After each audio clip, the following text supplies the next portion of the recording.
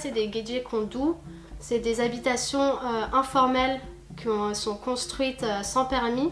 Ça a été principalement construit pendant la nuit. Geje, nuit, et Kondu, maître, posé. Ça a apparu conjointement au phénomène d'exode rural et d'industrialisation entre les années 1945 et 1985.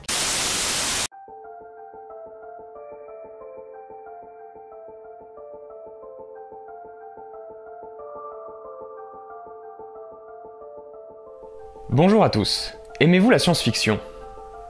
Dans le roman 20 milieux sous les mers de Jules Verne, publié en 1870, nous faisons la connaissance du capitaine Nemo et de son légendaire Nautilus.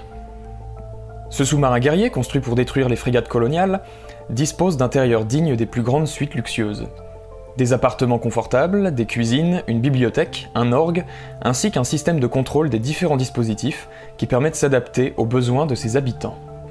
Avançons dans le temps. En 1917, un certain Edgar Rice Burroughs, écrivain américain, publia le premier tome de sa saga Le cycle de Mars, intitulé Une princesse de Mars. Ce roman fut adapté au cinéma en 2012 sous le nom de John Carter. Cette série de romans de science-fiction dépeint un univers mêlant des références chevaleresques à un monde futuriste et propose des idées très intéressantes, comme cette ville nomade baptisée Zodanga, qui puise continuellement ses ressources dans le sol et se déplace au moyen de ses centaines de pieds mécaniques.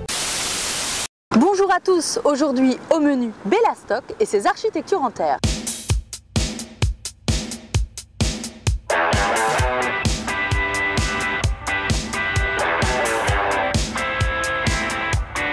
C'est quoi Bellastock? Comme Vladivostok? Mais non, petit incrédule. Il s'agit d'une association d'architecture expérimentale qui étudie le réemploi des matériaux dans le monde de la construction.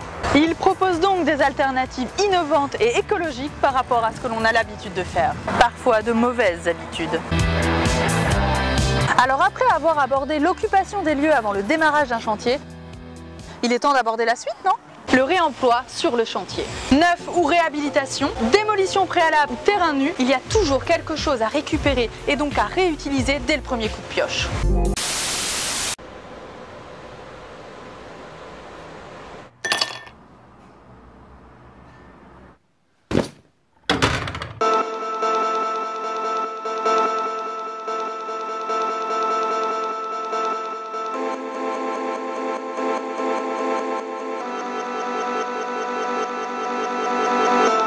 Jusqu'en 1923, il y a des baignades organisées dans la Seine. En 1923, le préfet interdit la baignade pour des questions sanitaires et pour des questions de sécurité. Dans les années 70, on coupe l'accès à la Seine des Parisiens. Ça devient des autoroutes urbaines et on ne peut plus accéder à l'eau, on ne peut plus accéder directement au fleuve. C'est la deuxième mort de la baignade en Seine.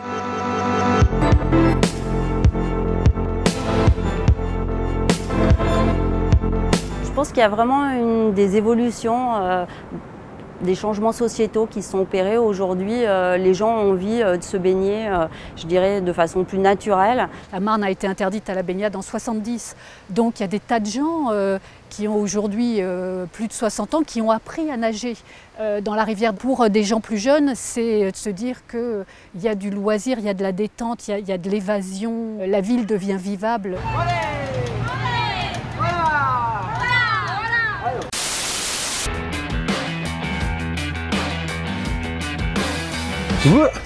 Salut à tous, bienvenue à Copenhague, qui est la capitale du Danemark et qui est une ville qui compte environ 760 000 habitants. Ça nous fait changer d'ambiance quand même, de manière assez radicale. On se plonge dans la vie urbaine, son effervescence et tout ce que ça comporte. Parmi toutes les richesses de cette ville, et il y en a une qui nous intéresse tout particulièrement, c'est l'agriculture. Alors pourquoi s'intéresser à un sujet comme l'agriculture dans une ville? On part du principe que notre priorité d'ici 2050 ne sera pas plus forcément de s'acheter l'iPhone 41, mais ce sera plutôt de savoir comment bouffer.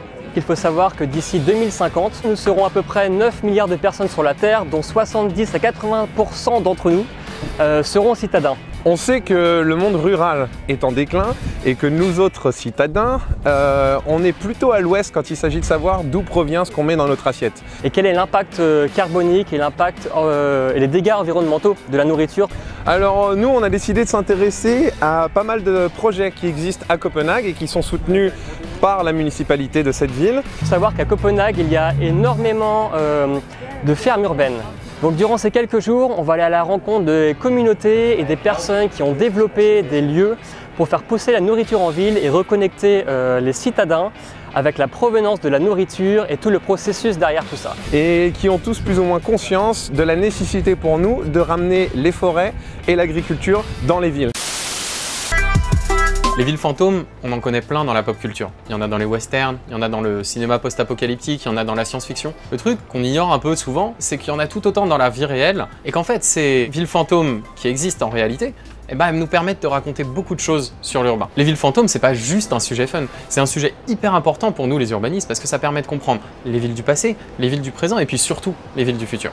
Mais c'est quoi une ville fantôme ? Comme son nom l'indique, c'est une ville qui a été habitée pendant une période donnée, et puis qui a été plus ou moins subitement abandonnée, qui se retrouve aujourd'hui dépeuplée.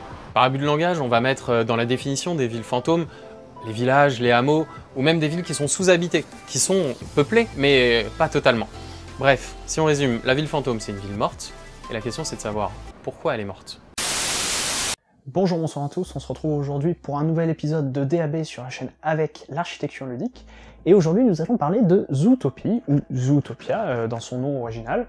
Donc c'est un film qui est sorti le 17 février en France. Donc pour une critique de film, on est à un poil en retard quand même, parce que c'est sorti des salles, donc ça va pas vous aider à choisir si vous allez le regarder. C'est un film qui a été réalisé par Byron Howard et Rich Moore, qui sont aussi, me semble, les réalisateurs du film d'animation Réponse, qui était aussi assez intéressant, que j'avais bien aimé pour ma part.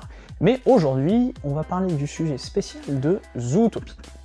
Donc Zootopie, dans toutes les critiques, j'en ai regardé plusieurs avant de faire celle-ci, on nous parle de tous les animaux, on nous parle de ségrégation entre les animaux, etc. Et au final, on ne nous parle pas du vrai personnage principal du film. Donc le personnage principal, ce n'est pas Nick Wilde, ce n'est pas Judy Hopps, non, au contraire, le personnage principal, son nom est collé sur le film, c'est la ville de Zootopie. Et c'est quelque chose qui me paraissait tellement évident et que je n'ai jamais vu dans aucune critique que ça m'a paru franchement complètement décalé. Je n'ai pas compris pourquoi est-ce que les gens n'ont pas vu cette évidence. Et ce qui est assez intéressant, c'est que je n'ai trouvé qu'une seule chose qui était en rapport avec la ville sur internet. Je vais vous le mettre dans la description, si vous êtes curieux, vous pourrez aller le voir. C'est une interview justement des réalisateurs qui expliquaient un petit peu, qui faisaient une visite guidée de la ville, sur ce qu'ils avaient imaginé à l'intérieur, sur toute une flopée de concept art, et ça c'était extrêmement intéressant, et je me suis demandé pourquoi est-ce que personne ne s'était pas plus posé la question. Donc aujourd'hui, on va se poser la question ensemble, qu'en est-il de la ville de Zootopie ? Tu sais que c'est assez putaclic comme thème. Je vais pas rater une occasion de parler de l'architecte le plus bidon des séries américaines. Donc, tu vas t'attaquer à la série qui a réussi dans le même épisode à la fois à trouver une super punchline sur les architectes et en plus à parler de cul. Ok, bonus combo. Dude, lots of chicks think architects are hot. Think about it. You create something out of nothing. You're like God. There's nobody hotter than God. Alors, donc pour une punchline badass, on a vaguement un personnage architecte qui fait vaguement de l'architecture. Je trouve qu'on perd un peu niveau représentation. Oh, arrête, c'est pas si affreux. Il m'épuise. J'en ai marre de Steve, je le supporte pas. Tu exagères. Générique. Du coup, comme je l'ai dit, la construction d'un barrage va impacter son territoire. Premièrement, la construction d'un barrage va pouvoir permettre de contrôler le débit d'un cours d'eau. Il s'agit d'ailleurs, la plupart du temps, d'un objectif clairement affiché lors de la construction d'un barrage. Bah oui, parce que contrôler le débit d'un cours d'eau, c'est quand même bien pratique pour la navigation, non? Ça évite par exemple les trop forts courants et les crues. Deuxièmement, le poids d'un tel truc n'étant pas négligeable, la construction d'un barrage va potentiellement fragiliser la structure géologique du terrain sur lequel il se trouve. Ce qui va avoir pour conséquence de faciliter l'érosion sur le territoire, d'augmenter les cas d'éboulement et de glissement de terrain. Troisième point, je vous fais pas un dessin, le principe même d'un barrage, c'est de bloquer un cours d'eau. Et qui dit bloquer un cours d'eau dit création de lac, logique. Ça d'ailleurs, c'est la conséquence la plus visible de la création d'un barrage. Le lac Powell, dans l'état du Colorado, à l'ouest des USA, fait partie de ces lacs et est apparu à la suite de la construction du barrage de Glen Canyon au début des années 60. Il s'agit aujourd'hui d'un lieu touristique très prisé des Américains. Et franchement, en voyant les photos, je les comprends. Et ce lac n'est pas un cas particulier, les rétentions d'eau des barrages étant la plupart du temps utilisées pour l'agriculture dans les régions en déficit hydrique.